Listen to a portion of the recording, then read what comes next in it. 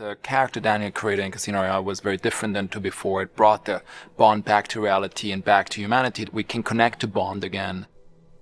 In Casino Royale, he met Vesper, who stopped him in his tracks. And with her betrayal, he totally shuts down emotionally. The Quantum of Solace begins right after Casino Royale ended. It was the touchstone for the story and to take Bond to a new place. We've got expectation against us now, which can be double-edged. So we've got to make this one better. So there's a lot more work to do on this one. Or it seems that way. Or maybe I've just got selective memory about the last one, because the last one seems sort of a walk in the park compared to this one. One of the main things about watching a Bond movie has always been, where does it take you? Not just where it emotionally takes you, but where it physically takes you. It sets the tone. It sets the feeling. It sets a mood on the set. I think, part of the excitement of doing a Bond movie is going on location and going to places that, you wouldn't ordinarily go to. In the months leading up to the shoot, key crews scout out potential shooting sites across the world. They need to find locations that both fulfill the requirements of the script and have the sort of visual impact that Marc Forster is looking for. The world has become so much smaller. People are so much more familiar with the world.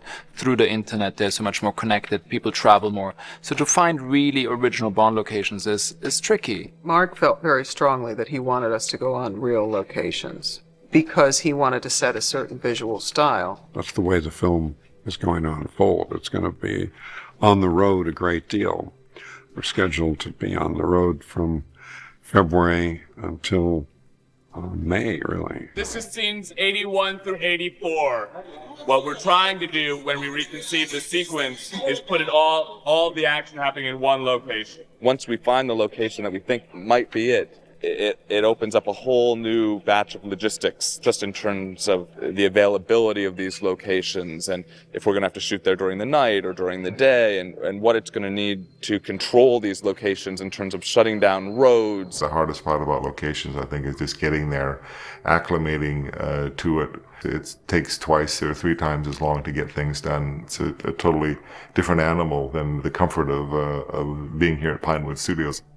Latin America is a place that the Bond films have not visited for a very long time, and this was an opportunity to go there. We are in Panama now. We're here because, Panama is very diverse and can give us different looks we want for the film. Most of it will be shot for Bolivia. Action! Filming in cities is always tricky. I'm glad we did stuff on the streets because it's got so much life and character to it. It's really brilliant locations. In Panama has been fallen over themselves to sort of to help us out. It's crucial for me that all the details fit every location, and it starts from extras to set dressing to clothing to everything.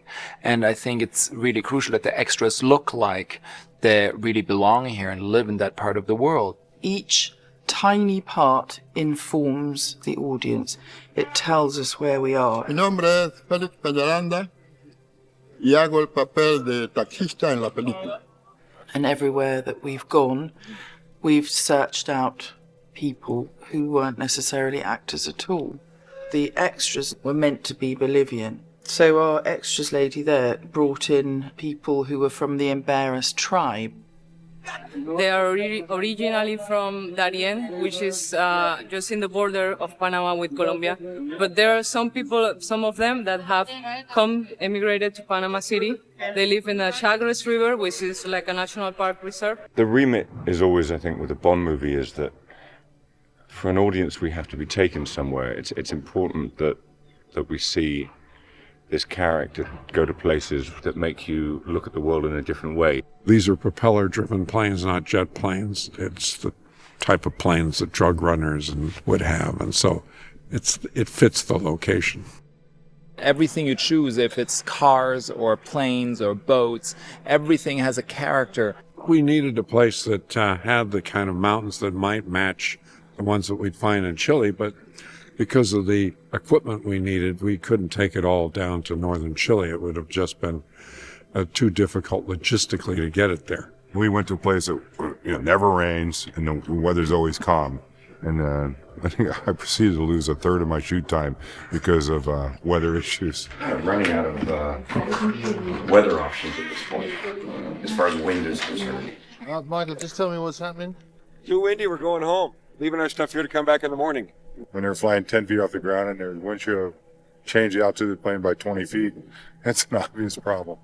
You're having to counteract these forces that's beating you up. Plus, keep track and do what you're supposed to be doing down the canyon.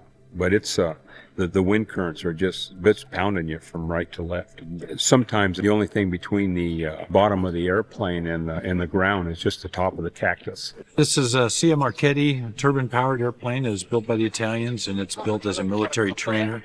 You come down under the DC-3 and then pull up at us and come by. We're flying very close to each other. We're flying in each other's wake, and then we're very low to the ground, a lot of obstacles. And then on top of that, the air is all mixed up because of all the, the weather conditions we've been having. We have aerial cameras. We have 2 cameras on an Aerostar, and we have space cams on helicopters. And then we have some very long lenses up to 1600 millimeter that go on the ground to give us a real base and sense of speed and how close these guys are to the ground.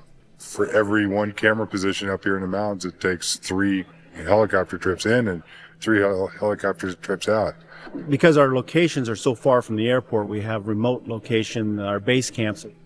About up here, there's no sand up here. Okay. You're gonna have to hang here for a second. He's gonna have to come back and get you. Just wait here, let us baja this out, and then Gabby will come back with a sensible route for you. About 100 yards ahead of you, there's kind of a split in the road. Yeah, it's just right in this area here. I'll pick up the different people from those locations. We take out about 4 or 5 passengers at a time with the helicopter and put them in the remote sites. We sling load the nets full of camera equipment and survival equipment in case for some reason we can't get them off the top of the mountains. With guns on the back and no registration numbers and country where you have to have a permit to do anything, we've been treated with great suspicion. Cologne is an extraordinary place. Never been photographed really before, and has made the film visually very, very exciting. Cologne is the northern end of the Panama Canal, the Caribbean side. One of the reasons I chose the location is because it has this incredible flavor. It has this architecture and these colors one can't really recreate. When I saw it, I said, this is a magical place. To me, it's like going to be shooting in the Colosseum. You're in a place that has so much history. Setting up a shoot of this size in a city unused to filmmaking requires a huge amount of preparation.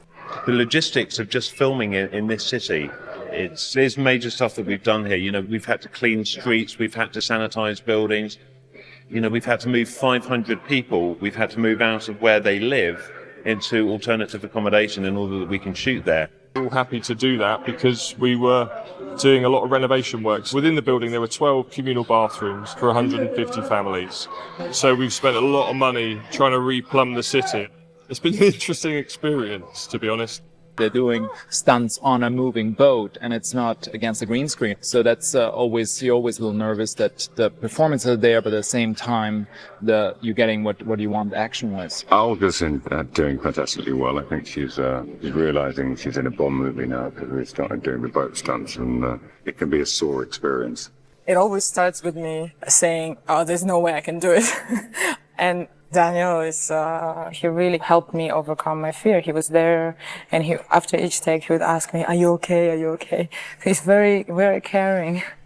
I think people were slightly nervous, if not dubious, about coming and filming in Cologne. I think everybody's experience here has been really good. We're very privileged to have these experiences and to work with local people and get to know them and get to understand the culture. People seem to be so excited about us being here. It's been a joy to do it, and I think it's reflected on what we've been shooting.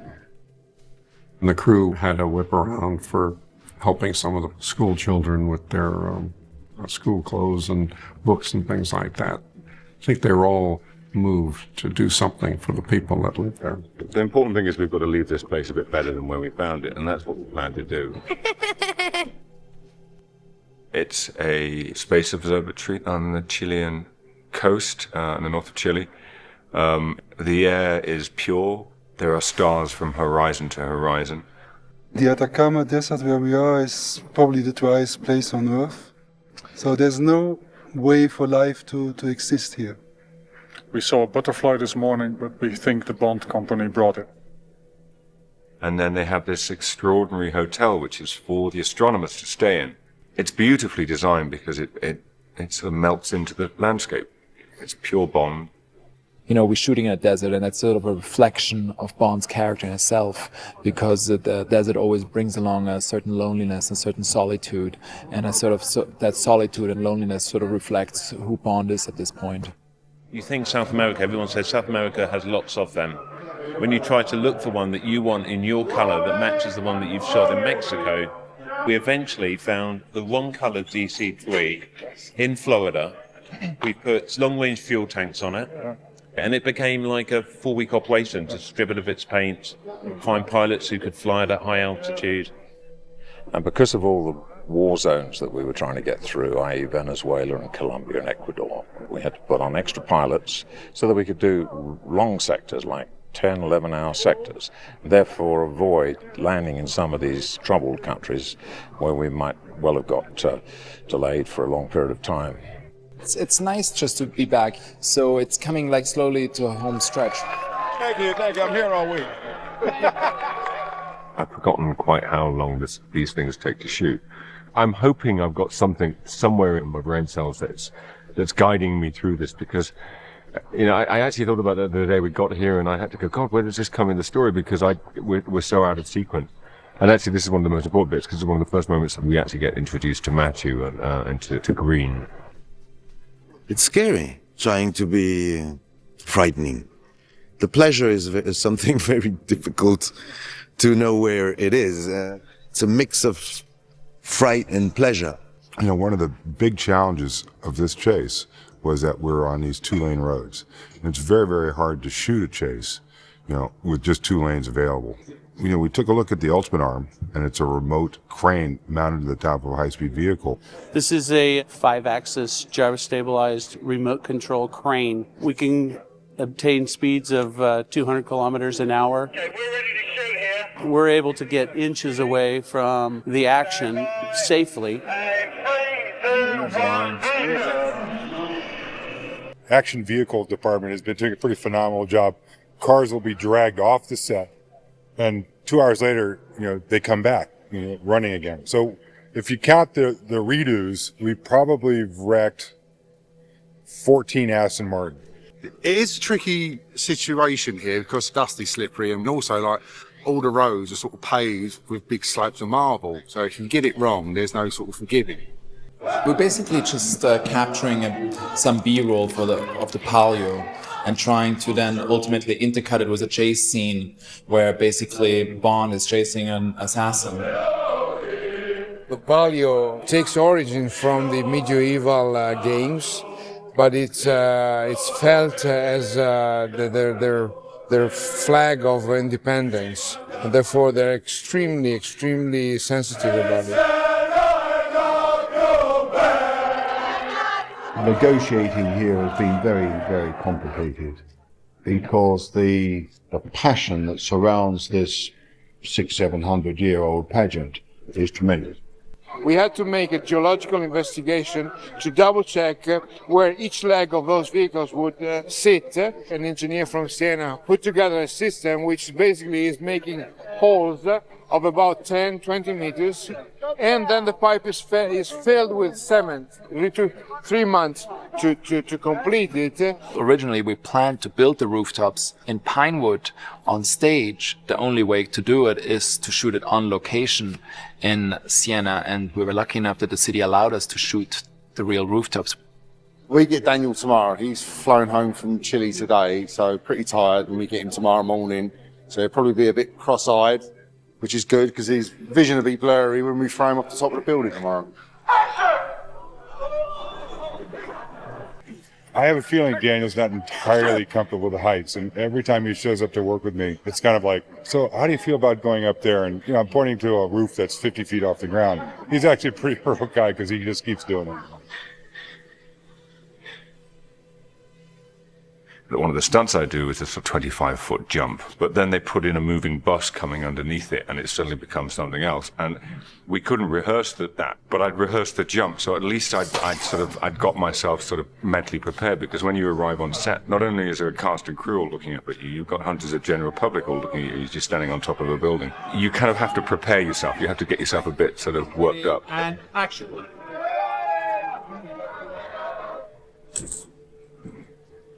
I thought I'd got vertigo problems in Casino Royale, but this one really kind of tested it out. I think that's the reason why they don't tell you, because they know you wouldn't do it if they told you. I'm amazed how much we've crammed in. We've been to so many places. And for me, it looks like a Bond movie of old. It has a sort of old-fashioned quality about it, but it's completely up to date. As my father always used to say, just put it all on the screen, and it's all there on the screen. Everybody, I think, is deep down very satisfied with what we've achieved. There's something incredibly special there. Right, my name's James Grant. I'm the location manager in Panama. I've been out here since October last year, setting up all the locations for what we're doing here in Panama City and in Colón. Basically, my job entails to sort out the locations and the logistics. Once they've been chosen, it's my job to sort out the deal that we're doing, to be here to make it all happen, and communicate with all the local residents and businesses to make sure that when we do film and the chaos does unleash itself, that actually it goes smoothly. Just about had enough time to get everything ready, even though we have been here months. And certainly filming here in Casco Viejo, the old city, fitting the size of crew and the trucks and everything that we're doing into this old part of the town has been quite a challenge. Having said that, we filmed in some fantastic areas, some areas in Panama City that you might not ordinarily go to, but certainly give you the flavour and the colour for what we're after, given that we're trying to make this look like different sort of South American countries. Next week we're doing the big party scene, which is only about 400 metres away from this location, where we've got 1,000 extras. Some people say that locations just do bins and rubbish, and I think that's why these guys have probably got me sitting here next to this bin, which is, I think, quite hilarious. These bins are actually starting to go missing, believe it or not. We're having to buy more of them because they're proving so fantastically popular. My name's Toby Heffman. I'm the second assistant director, and I work on the floor with the first assistant director. Whatever happens, background, extras, cars, crew.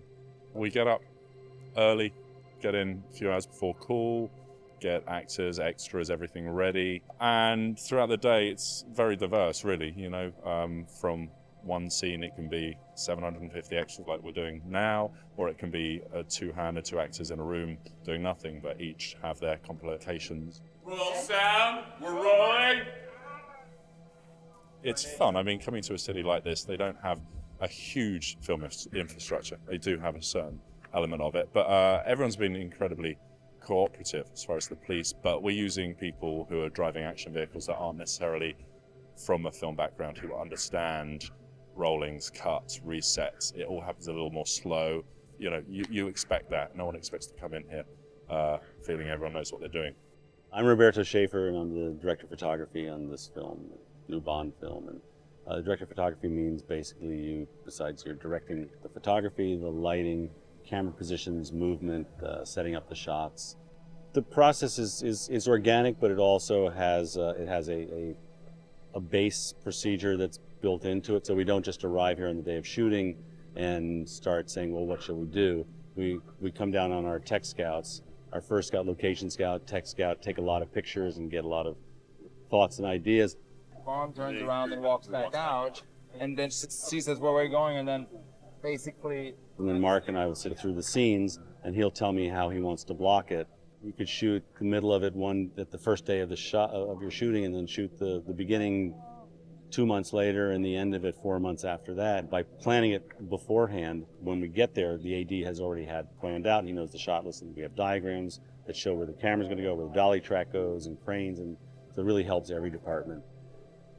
But after about the first week of shooting, looking at dailies, I suddenly got hit that we're doing a very retro future of film. I guess it's just we're trying to make it visually stimulating and have a different kind of feel. My name is Cliff Fleming. I'm the helicopter support pilot and camera helicopter pilot. We help support the ground cameras by carrying the ground cameras and their crew out in positions. We sling load the nets full of camera equipment and survival equipment in case for some reason we can't get them off the top of the mountains. We take out about 4 or 5 passengers at a time with the helicopter and put them into remote sites. We didn't realize that the sites were going to be quite so remote, and the only way to get in and out is that by using the helicopter. So the upper positions we've ranged from anywhere from 1,000 feet to 3,000 foot peaks. About enough room to put the skids down on a rock top, and then the crews get out safely and then close the doors, and I fly away, leaving them there. I'm Chris Munro, and I'm the production sound mixer, and my responsibility is for all the sound during shooting. Can we get the mic a bit closer? That's pretty much the thing I do most of the day. During production, I'm the person here that's looking after what happens to the original recordings of the sound. We're rolling. What happens to the actors' dialogue, all the sound effects, anything that's recorded whilst we're actually shooting. One of the problems, of course, is that it's a noisy environment, there's lots of people, it's a busy city, but we need every part of sound to be usable. This is my 5th Bond film, but I previously worked with this director, Marc Forster, on The Kite Runner, and I know that he hates to have any dialogue replaced. He wants all the dialogue to be original. That's the way he works, that's the way he wants this film to sound, and that's what we hope to do. And on Casino Royale, we won a BAFTA for Best Sound. My name is Skip Evans. I own and operate this DC-3. The DC-3 has quite a bit of power, but it's got a 95-foot wing, so it takes some leverage to control that wing. To work this airplane in the bottom of the canyons, you got to be physically strong just to maneuver the airplane. Of course, the faster we're going, the harder the controls are to maneuver. It's just brute strength. There's very little room for any error whatsoever. Every day the winds come up a little bit, and there's turbulence in the canyons, and it's bouncing us around and beating us up a little bit down in there, which kind of makes our job just a little harder. Sometimes in some of these, I mean, the only thing between the bottom of the airplane and the ground is just the top of the cactus.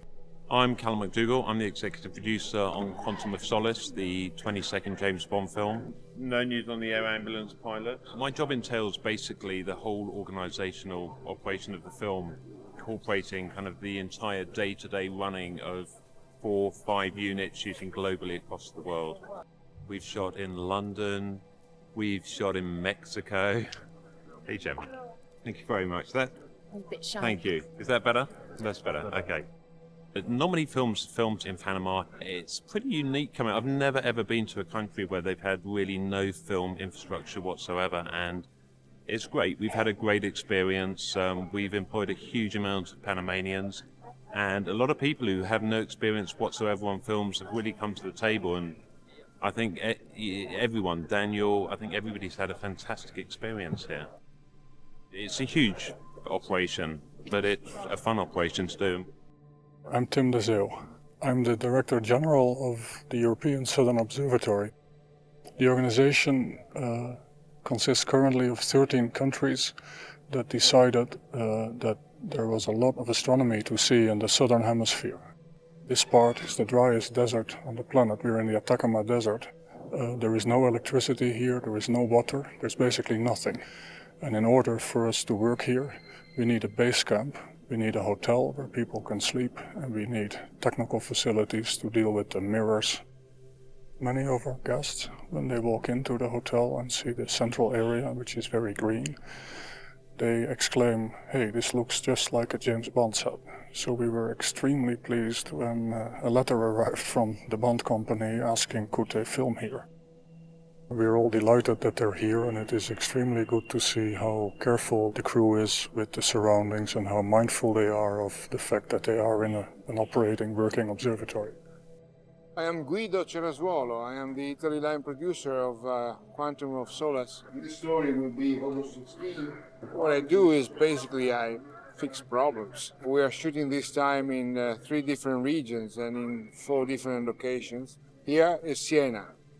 Maybe the most difficult in terms of environment, because it's a very delicate city and traditions are very strong.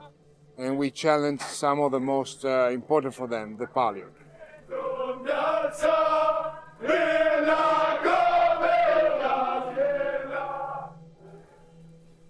chase in Siena, it's developed throughout the 3 levels of the city, which has a level on the road level, and then underneath in the cisterns, the so-called bottini, which is a system of water distribution of the old centuries, and the roofs, which is another spectacular level of Siena. And the chase is developed throughout these 3 different levels, which makes the sequence extremely spectacular. I'm Naomi Dawn. I'm designing the hair and makeup for the Bond girls. With Gemma, I wanted to have a sense of a sort of throwback retro feel to maybe how the Bond girls once were, but giving it a sort of very edgy look, very contemporary edgy look through being retro, but an echo of what the Bonds were in the 60s and 70s.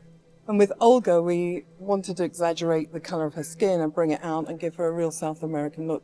Really wanted it to look very real, not done up, except where she would have naturally been done at a party or an event. Often, with female actors, makeup can become a barrier between the camera and the audience and the character that the actor's trying to portray. I wanted to see her skin and feel the sweat and see what she was feeling, and because she's quite a closed character, and sometimes you don't want to add to that through makeup. You want something inside her to come out. I mean, makeup should be all part of the same thing that we're all aiming for, the actor and the director and the writer should be going in the same direction, telling a story using the face.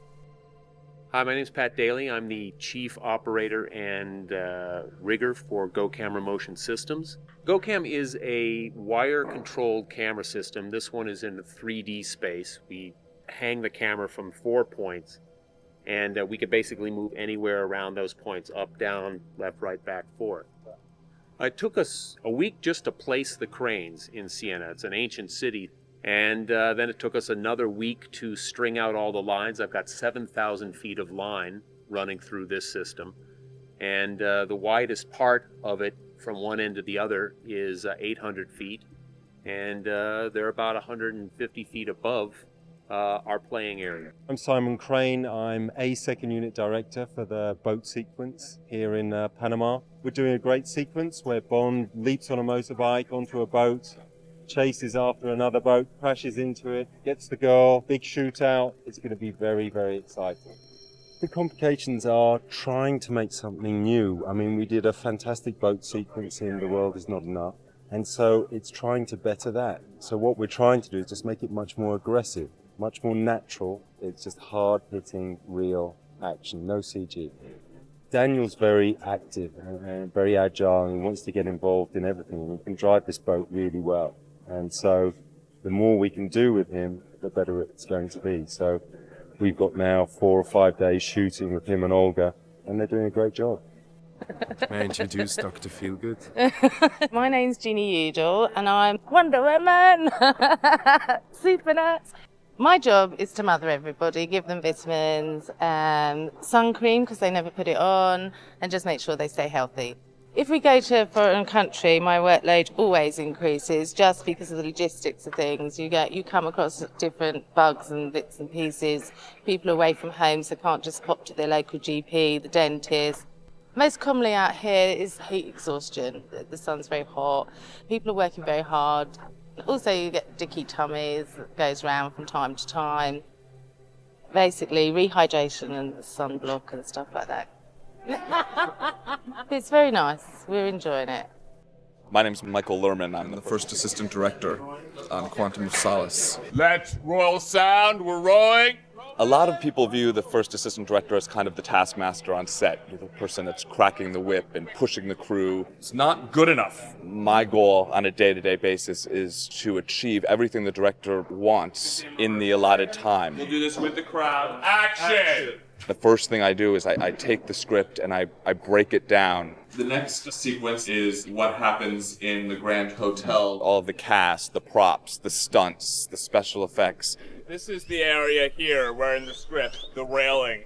And while I'm doing that, we're going to numerous locations trying to pick just the right one, that fits all the requirements that the scene dictates. Talking about painting all of these buildings white to try to match one of our other locations. We'd probably be here for about half a day and be importing in about 50 American-looking extras for this scene. I've done a lot of movies where the end of the movie, the finale of the movie, is the big set piece. And on this movie, it seems we have one of those sequences every week. It never stops.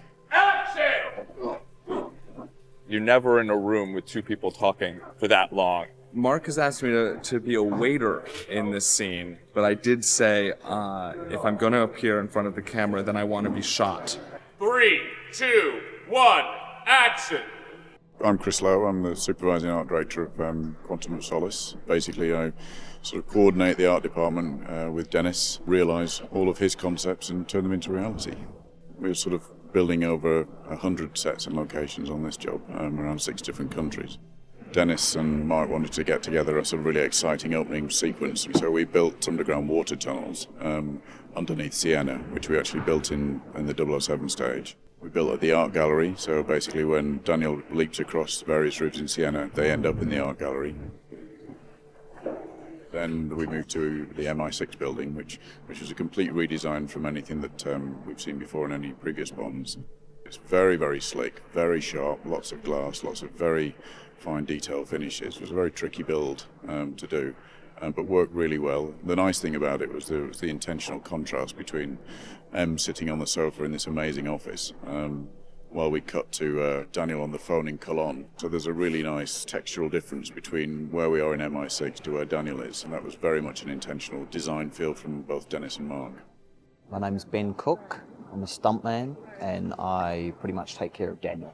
I start 6 to 8 weeks before principal shooting. Gary tells us what he sort of wants. We go away and prepare things, get Daniel in there working with the stunts.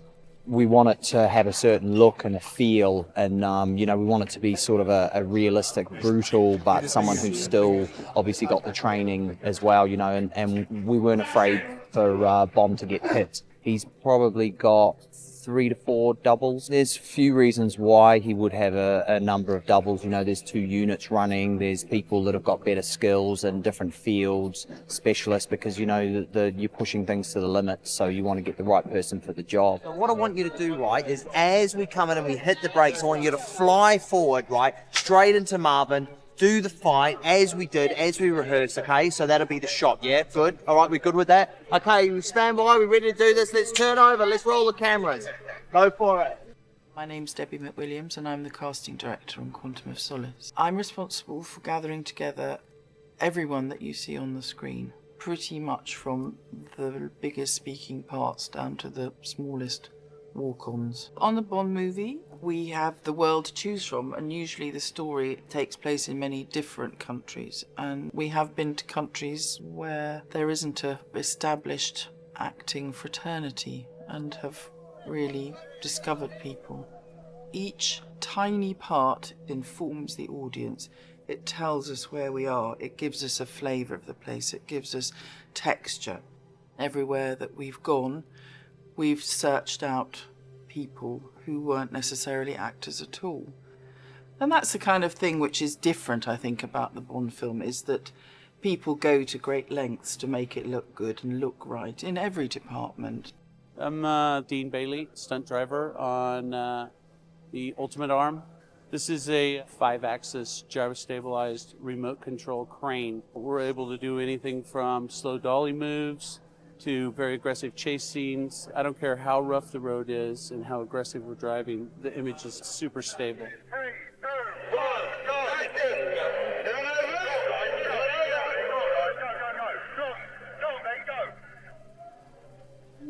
We're able to get inches away from the action safely. We actually work in conjunction with all the stunt guys. We'll actually get right into the middle of the action at 80, 100 kilometers an hour, no problem. We're at a bit of a disadvantage with all the weight that we have, but I think we're going to be able to keep up with the Aston Martin. We'll give it a run for its money. My name is Anatol Taubman. I play Elvis, Dominic Green's henchman, sidekick, associate, cousin. It's normally when you come in as an actor, there is this special thing, oh, the actor is coming, artist on set, and you know, this whole thing. So you feel maybe, or they make you feel special. But here I feel like everyone is special. Film is teamwork, and you really feel that there. Maybe on other productions, they give you the feeling that you may be more important because you're in front of the camera. But here you really feel a part of it, and because it's such a big family. It was very important for me that I talked to Marc prior to saying yes to the project, whether we can make that Elvis multifaceted. And I said, how about maybe something with the hair? And he said, great, I like that thing. But how about like this? So yeah, that's my wig. He has something going on with the hair, but we don't want to give that away yet. My name's Graham Kelly and I'm the picture vehicle supervisor. I'm responsible for all the vehicles, planes, boats, cars, motorbikes, anything with ignition keys, and basically just getting all the vehicles to locations, making them work really. On a daily basis we were moving 20, 30 cars around. We had 7 Aston Martins, 8 Alfa Romeos, there was 10 trucks and 40 background cars. In order to make that feel real, you have to have background cars, even if they're just flying past, in a split second on screen. But they're interacting with stunt cars and people that are driving at, very high speeds, going all over the road. We had 60 or 70 cars just moving around the streets as interactive traffic. So every single one of those cars had to be moved and rigged and chosen and bought and sourced. We had a good old trek round with a lot of cars. My name's Chris Cormold. I'm a special effects supervisor. Special effects is doing things for real in camera. Covers the whole spectrum really, from the explosions. Then you go to your atmospheric effects, which is smoke, wind, rain, snow. Then it goes on to the big hydraulic rigs, like a Casino Royale with a sinking house. And then onto the vehicles, whether they want a vehicle to flip upside down, backwards, forwards, you name it. On this one, Bond and Camille are in a DC-3 and they're being pursued. They've shot the live action stuff in Mexico with the real planes, and we're going to shoot the interior back in the studio. So we've built from scratch a DC-3 which can revolve as if it's banking left and right, as well as the revolving. It can go 180 degrees vertically in the air. My name's Paul England. I'm the chief makeup artist on this Bond film. This is my 6th Bond film. I started with Roger Moore initially, and then Pierce Brosnan on Die Another Day, and now with Daniel Craig. And it's first thing in the morning, it's the first people they see. I like to think that our trailer is a very sort of tranquil place to be.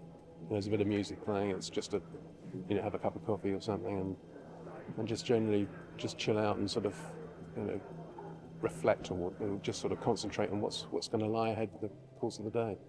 I've got to find a way of, with all makeups really, is to make it the most effective and the speediest I can do it. So it's really in my interest to get it down to as limited time as possible. But it's fun. I mean, I love doing it. It's like painting, and it's part of the whole reason I do this job, I suppose.